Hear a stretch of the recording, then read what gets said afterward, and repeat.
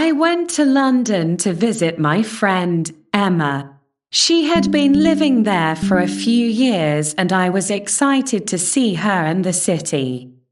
When I arrived, Emma met me at the train station and we hugged each other tightly. It was great to see her after so long.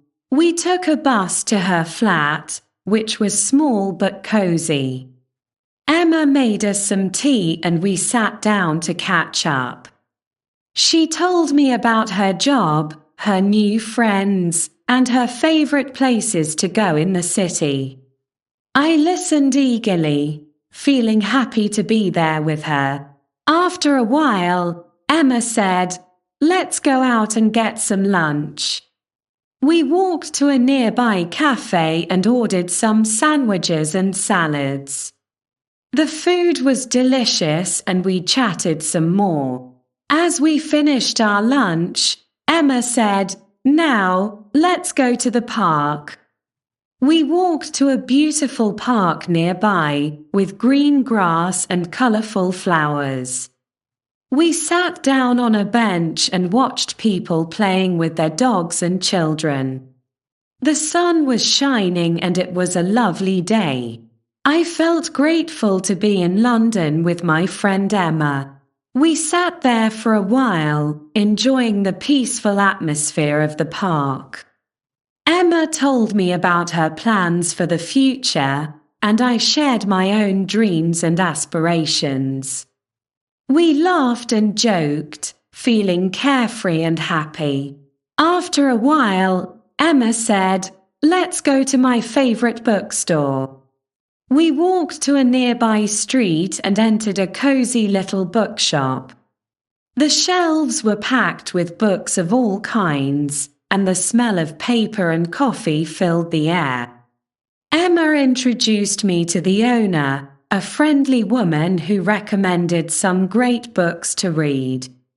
As we browsed through the shelves, I found a book that caught my eye. Emma encouraged me to buy it, and we sat down in the bookstore cafe to read and chat. The hours passed quickly, and before we knew it, the sun was setting over the city. "Let's go get some dinner," Emma exclaimed. We walked to a nearby restaurant and ordered some delicious food. As we ate, we talked about our favorite books, movies, and music. It was a wonderful evening, and I felt so grateful to be spending time with my dear friend Emma. As the night drew to a close, Emma said, "Let's go to a nearby pub and meet some of my friends." We walked to a cozy little pub and met some of Emma's friends, who welcomed me with open arms. We chatted and laughed, feeling like we were all old friends.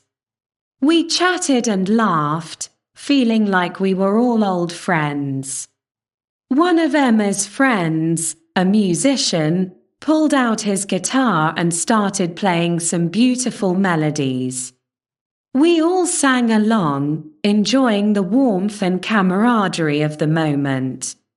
As the night wore on, we decided to take a walk through the quiet streets of London.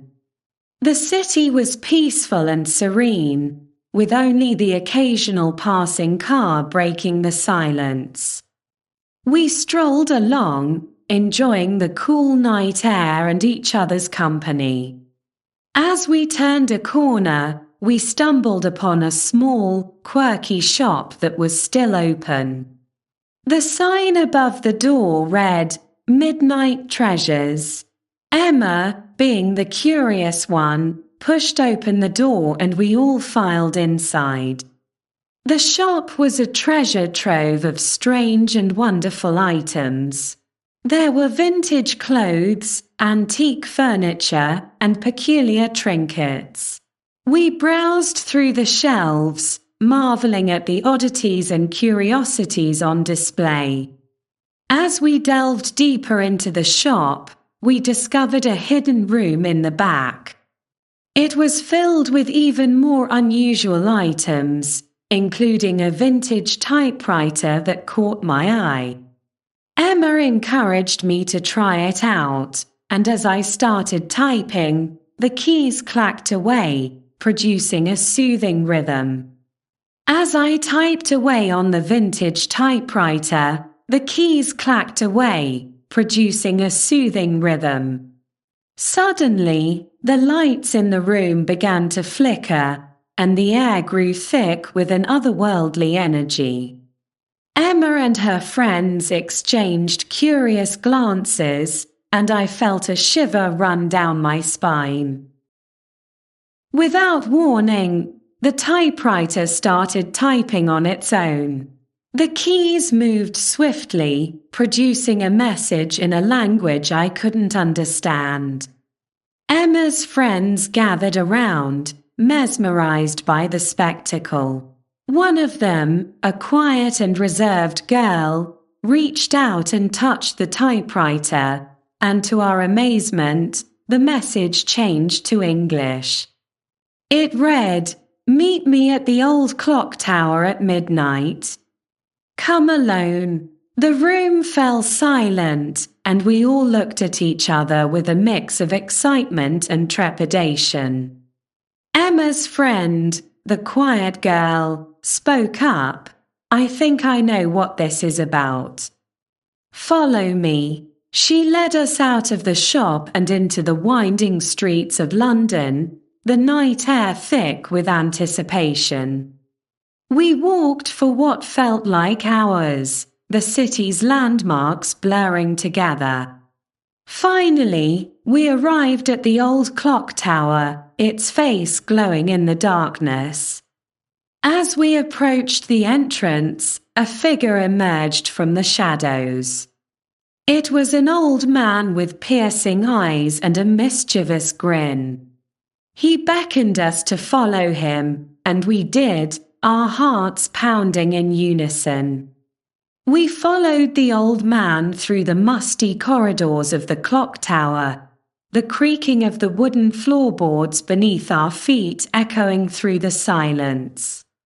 He led us to a small room filled with strange and fascinating contraptions, ticking clocks, and whirring gears. In the center of the room, a magnificent clockwork machine stood tall, its brass components gleaming in the dim light. The old man gestured to the machine, his eyes twinkling with a hint of mischief. "This, my friends, is the timekeeper's secret." As we gathered around the machine, the old man began to explain its purpose. "This device has the power to manipulate time itself. With it, we can relive memories, alter the course of events, and even bend the fabric of reality." Emma's friends exchanged skeptical glances, but I felt a thrill of excitement. The old man handed me a small, intricately carved key. "You, my dear, have been chosen to unlock the secrets of the timekeeper." As I inserted the key into the machine, the room began to spin, and the clock started ticking in reverse. The old man vanished, leaving us to navigate the mysteries of the timekeeper's secret alone. The machine whirred to life, and a swirling vortex appeared before us. Emma's friends hesitated, but I felt an insatiable curiosity driving me forward. I stepped into the vortex, and the world around me dissolved into a kaleidoscope of colors and sounds. When the vortex dissipated, I found myself in a memory from my past, a childhood birthday party, complete with balloons, cake, and laughter. But something was off. The scene was distorted, like a reflection in a funhouse mirror. Suddenly, a figure appeared beside me, my younger self, staring at me with wide eyes. I realized that I had the power to alter this memory, to change the course of my life. I reached out, and my younger self took my hand. Together, we rewrote the script of our past, making different choices and forging a new path. The memory blurred, and I returned to the clock tower, where Emma's friends awaited me with a mix of confusion and awe. The old man reappeared, nodding in approval. You have unlocked the first secret of the timekeeper, but there are more mysteries to uncover, more memories to manipulate. He handed me another key, and we embarked on a new adventure, delving deeper into the labyrinthine clock tower, uncovering secrets and altering the fabric of reality. We explored the clock tower, uncovering hidden rooms and secret passages. Each key unlocked a new memory, a new possibility. We relived moments from our past, altering the course of our lives. With each new discovery, our bond grew stronger. Emma's friends became like siblings, united in our quest for knowledge and power. The old man guided us, sharing the secrets of the timekeeper. Finally, we reached the heart of the clock tower, a vast chamber filled with glittering crystals and a magnificent clockwork machine. The old man revealed the ultimate secret, the power to control time itself. With this knowledge, we could shape the future, mold the world to our desires.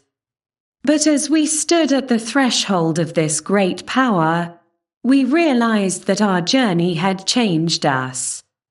We had grown, learned to appreciate the beauty of the present moment. We declined the ultimate power, choosing instead to use our knowledge to protect the time stream, ensuring that the secrets of the timekeeper remained safe from those who would misuse them. As we left the clock tower, the old man vanished, leaving behind only a whisper. The true power of time lies not in controlling it, but in living it. And with that, our adventure ended. We went our separate ways, forever changed by the secrets we had uncovered. I returned home, appreciating the beauty of each moment, knowing that the power of time lay not in manipulation, but in living life to the fullest.